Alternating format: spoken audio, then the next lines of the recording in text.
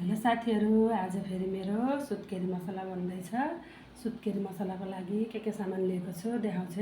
यहाँ लिएको छु मैले मेथी, यहाँ यो चाहिँ सोफ लिएको छु, त्यसपछि मैले यहाँ ज्वानो लिएको छु, अनि मैले यहाँ गुद लिएको छु, 1 कचौरा गुद लिएको छु। त्यसपछि मैले यहाँ चाहिँ किसमिसी लिएको छु, यो छोकडा लिएको छु। त्यसै गरी मैले यहाँ ओखरलाई ग्राइन्ड गरेर लिएको छु, कटिङ मिश्री लिएको छु मैले, अनि त्यसपछि मैले नरिवललाई ग्राइन्ड गरेर लिएको छु, अनि यो चाहिँ बदामलाई खस्रो ग्राइन्ड गरेर लिएको छु, यहाँ चाहिँ काजुलाई ग्राइन्ड गरेर लिएको छु।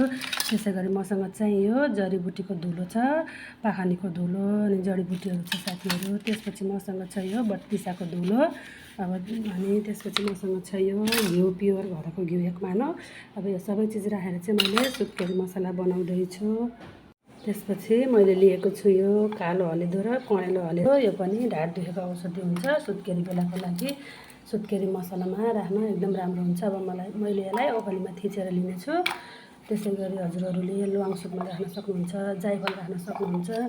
आज चाहिँ मैले यो 2-3 महिनाको सुत्केरीको लागि भएको भएर ल्वाङ सुपमा र जाइफललाई राखेको छैन, बढी गर्मी हुन्छ भनेर। त्यसपछि मैले लिएको छु यहाँ दुधलाई 3 लिटर दुधलाई घोटेर पुराउने चाहिँ बाक्लो थोरै गरेर राख्नेछु लास्टमा। मैले यसलाई चाहिँ त्यत्तिकै राख्न पनि सक्नुहुन्छ, तर त्यसरी राख्दा फाट्छ भनेर घोटेर थोरै बनाएर राख्दा चाहिँ फाट्दैन, त्यही भएर कुराउने चाहिँ बाक्लो भइसकेको छ। यसलाई चाहिँ लास्टमा चाहिँ मसलामा राख्नेछु पाक्ने बेलामा।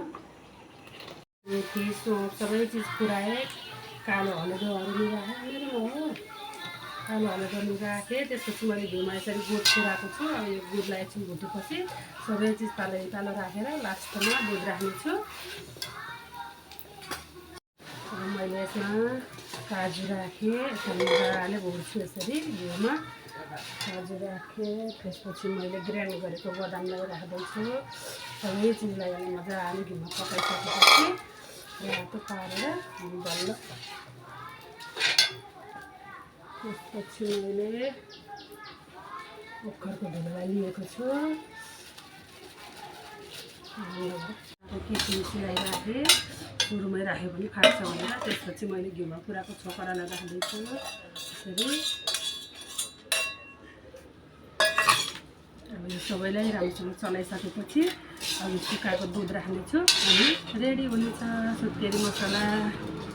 अघि सुकाएको कुराउने जस्तो दुधलाई पनि यही लिँदैछु यसरी, सुकेर बाक्लो भएको छ।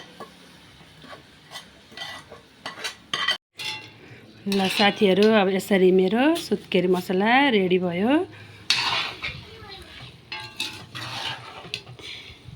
मजाले ठुलो किटको कराईमा चलाइ यसरी पकाउने हो।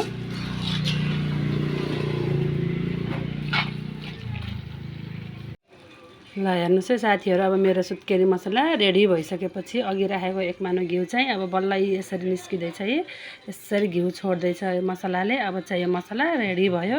यो चाहिँ घिउसँगै खाने मजाले सुत्केरीमा तागत आउँछ। यसरी खान सक्नुहुन्छ सबैजनाले। धन्यवाद सबैजनालाई।